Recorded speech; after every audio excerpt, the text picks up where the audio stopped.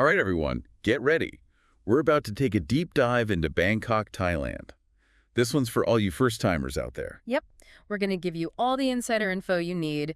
Think of us as your personal Bangkok experts. I like that, Bangkok experts. So, first things first. When's the best time to visit? To avoid any crazy weather. Well, for the best weather, you want to go between November and February. Got it, November to February. Perfect weather for exploring, right? Exactly. Okay, so picture this. We've landed, bags are in hand. What's the best way to get around this massive city? Bangkok actually has a really good public transportation system. The BTS SkyTrain and the MRT subway are both great options. SkyTrain and subway, got it.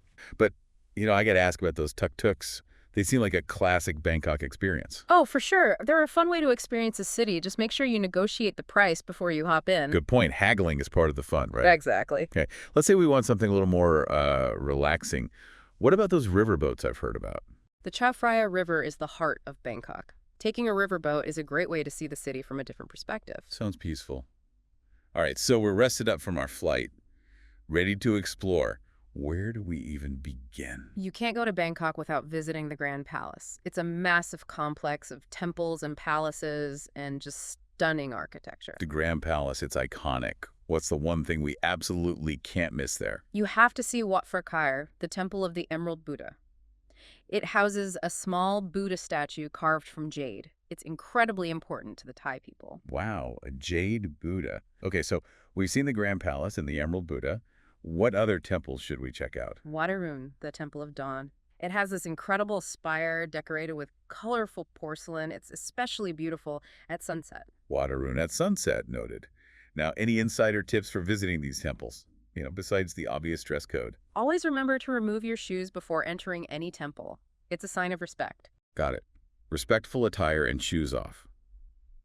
All right, time to shift gears. Let's talk about those famous floating markets. What makes them so special? The floating markets are like stepping back in time. Vendors sell everything from their boats, food, flowers, souvenirs. It's a feast for the senses. A feast for the senses. I love that. Are there any floating markets you recommend? Dam No in Sarawak is the most famous one. It's a bit of a journey to get there, but it's worth it. Dam No in Sarawak. All right. What if we're short on time? Any closer options? Tailing Chan Floating Market is right in Bangkok. It's smaller, but still a great experience. Perfect. All right, we've explored temples, cruised the river, experienced the floating markets. Now, shopping time. Is Bangkok really a shopper's paradise? Oh, absolutely. Bangkok is a shopper's dream.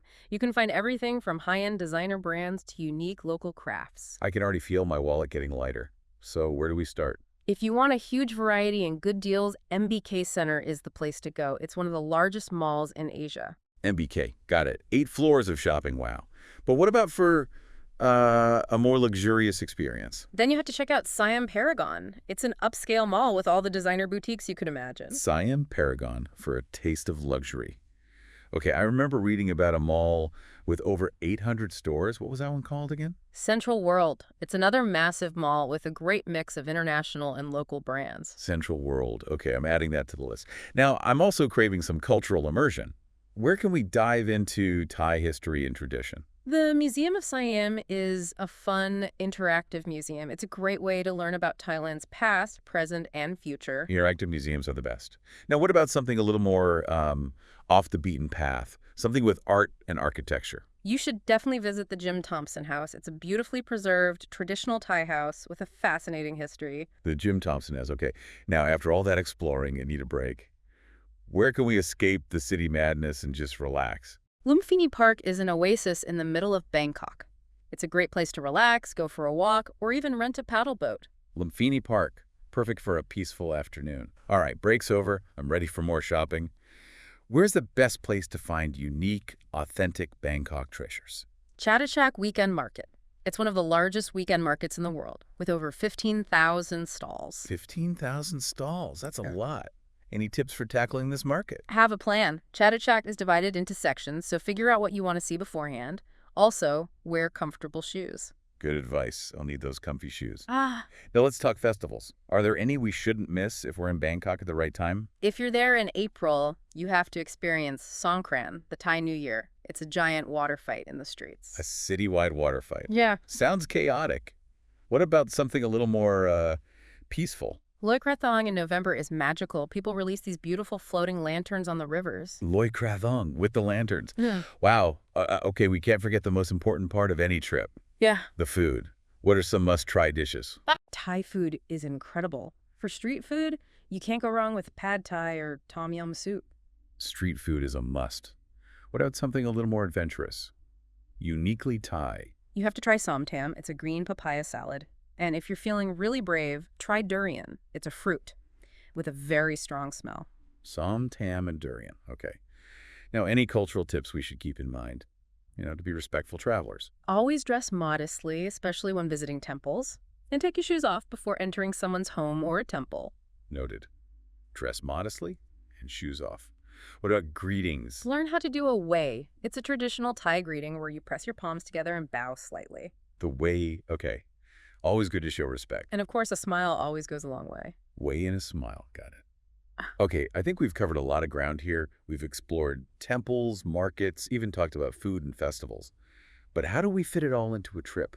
All right, get those calendars out. We're about to map out a 14-day itinerary for your dream Bangkok trip. We've packed in all the best stuff. Temples, markets, food, you name it. Sounds amazing. Yeah. Let's break it down day by day. Day 1, we land at Suvarnabhumi Airport. What do we do first? First, check into your hotel. We recommend staying in either Sukhumvit or Silom. They're both great areas with easy access to everything. Sukhumvit or Silom. Got it. Bags are dropped. Now what? Time for some street food. Sukhumvit Soi 38 and Chinatown's Yaowarat Road are both great places to start. Street food on day 1. I love it. Okay, day 2. Day 2 is all about those iconic landmarks. We're starting with the Grand Palace, of course. The Grand Palace. Can't miss it. What comes after that? While you're in the area, you gotta visit Wat Phra Kaew, the Temple of the Emerald Buddha. Wat Phra Kaew. Okay. Time for lunch. Absolutely. Head to Krua Apsorn. It's a local favorite with amazing Thai dishes. Krua Apsorn. Yum. Okay, fueled up. What's next? Let's hop across the river to Wat Arun, the Temple of Dawn. Wat Arun, another beautiful temple. Anything we should know before we go? It has some pretty steep stairs. Wear comfy shoes if you want to climb to the top. Challenge accepted. How should we end our second day? The dinner cruise on the Chai Phraya River. You get to see the city all lit up at night while you eat. A dinner cruise? How romantic. Okay, day 3, hit me. Floating markets. We're going to Dam Non Sarawak. It's about an hour and a half outside the city. Dam Non Sarawak, the Yep. classic floating market. Any pro tips? Go early to beat the crowds. And don't be shy about haggling for a good price. Haggling is half the fun. What do we do after the market? We'll head back to the city to visit the Jim Thompson House. The Jim Thompson House, that intriguing story. Okay, what about dinner? Let's go to Eat Sight Story Deck. It's a riverside restaurant with amazing views of Wat Arun. Dinner with a view sounds lovely. Day 4, what's up? Get ready for some serious shopping at MBK Center. MBK, 8 floors of shopping. Where do we even begin? Check out the top floors for local designers and independent shops. And don't miss the food court. It's amazing. Shopping and food, my 2 favorite things. What's after MBK? We're going to Chinatown, Yaowarat. It's an experience unlike any other. Chinatown, awesome. What should we do there? I recommend taking a guided walking tour. You'll learn so much about the area and try some great food. A walking tour, good idea. And dinner. Thip Samai Pad Thai. It's a street food stall that's been around for over 70 years. They make the best pad thai in Bangkok. Legendary pad thai. I'm there. It's Okay, day 5. Tell me more. Day 5 is a bit more relaxed. We'll start at the Museum of Siam to learn more about Thai culture and history. The Museum of Siam. I'm excited about that one. And then We'll escape the city with a visit to Lumpini Park. Lumpini Park, always a good idea. Dinner plans. Let's try something different. How about Thai craft beer at McKellar Bangkok? Thai craft beer. I'm intrigued. All right, we're halfway through. Day 6, what's the plan? Day trip, we're going to Ayutthaya, the ancient capital of Thailand. Ayutthaya, I've heard so much about it. How do we get there? We'll take a train. It's a nice scenic journey. Train to Ayutthaya. Sounds relaxing. What should we see there? Definitely check out Wat Yai Chimankal and Wat Phra Sri Sanphet. They're incredible temples with a lot of history. Wat Yai Chimankal and Wat Phra Sri Sanphet. Got it. Where should we eat? Ban Thai restaurant is a great option. Delicious Thai food in a beautiful setting. Bon Thai restaurant. I'm adding it to the list. Okay, back to Bangkok for day 7. Day 7 is Sunday, which means it's Chattachak weekend market time. Chattachak. 15,000 stalls. Here we come. Any last-minute advice? Pace yourself. It's a lot to take in. And make sure you try the coconut ice cream. Coconut ice cream will do. What's on the agenda for day 8? Art and architecture. We're starting at the Bangkok Art and Culture Center. Ooh, art. What's next? The Pat Klong Talat Flower Market. It's a sensory explosion of color and fragrance. The flower market, how lovely. What about dinner? How about rooftop dining with a view? Vertigo and Moon Bar at the Banyan Tree Hotel are both amazing. Rooftop dining, I love it. All right, day 9, bring it on. Time to learn how to cook Thai food. We're taking a cooking class at Salon Thai Cooking School. A cooking class, yes. I've always wanted to learn how to make pad thai. What are we doing after our culinary adventure? We're going to a Muay Thai boxing match at Rajadamnern Stadium. It's a high-energy, super exciting sport. Muay Thai boxing, that's on my bucket list. What about dinner? Well, we'll have a feast with all the delicious Thai food we learned to cook. Home-cooked Thai food, perfect. All right, day 10, what's next? Relaxation and rejuvenation. We're getting traditional Thai massages at Wat Pho, the Temple of the Reclining Buddha. A Thai massage at Wat Pho sounds divine. What's special by getting a massage there? Wat Pho is actually the birthplace of Thai massage. Plus, you get to explore the temple and see the giant reclining Buddha. History, spirituality, and relaxation all in one place. Huh? Okay, after our massages, where to? Let's head to Thonglor. It's a trendy neighborhood with great shopping and cafes. Thonglor sounds cool. Any dinner recommendations? For a special meal, check out Bo Dot Lon. It's a Michelin-starred restaurant with amazing Thai food. Michelin-starred Thai food, wow. Okay, we're on day 11. What's the adventure this time? We're going on another day trip to Kanchanaburi. Kanchanaburi, home of the bridge over the River Kwai. How do we get there? We can take a minivan. It's about a 2 to 3 hour drive. That sounds easy enough.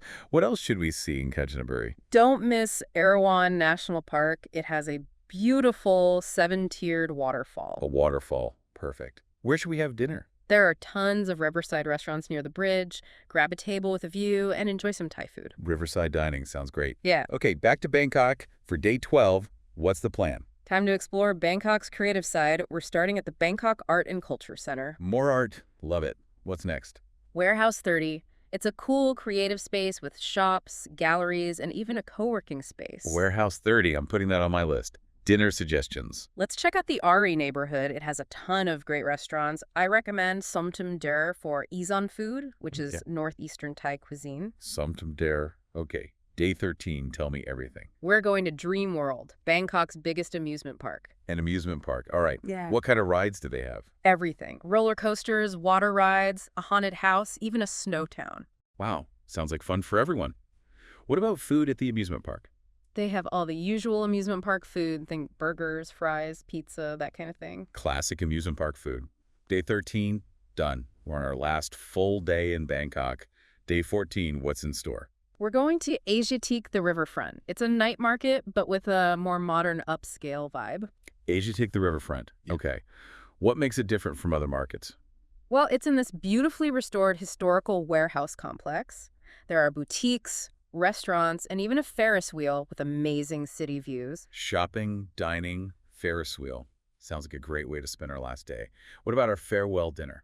We're going out with a bang. Dinner at Nam, a Michelin-starred restaurant serving incredible Thai cuisine. Nam, perfect. 14 days in Bangkok, that's a dream trip. I'm sad our virtual adventure is over. I know. 2 weeks just doesn't seem like enough time. Right. But even in 2 weeks, you can experience so much of what Bangkok has to offer. Definitely. But before we wrap things up, any last-minute tips for our listeners? You know, those little insider secrets that make a trip even better. Okay, here's one. Learn a few basic Thai phrases. Oh, good idea. Yeah, even just hello and thank you. It shows respect, and the Thai people really appreciate it. Makes sense. Anything else? Be prepared to be overwhelmed in a good way. How So so? Bangkok is just a city that explodes with sights, sounds, smells. It's a lot to take in. I can imagine. Just embrace it. Try new things. Step outside your comfort zone. That's what makes a trip memorable. I love that. All right, I think we've given our listeners a pretty amazing blueprint for their Bangkok adventure. We have. Any parting words of wisdom? Just relax, have fun, and be open to the experience. Bangkok is a truly magical city. Couldn't have said it better myself. Well, this deep dive into Bangkok has been incredible. It has. Thanks for sharing your expertise and passion for this amazing city. Of course, anytime. And to all our listeners, happy travels.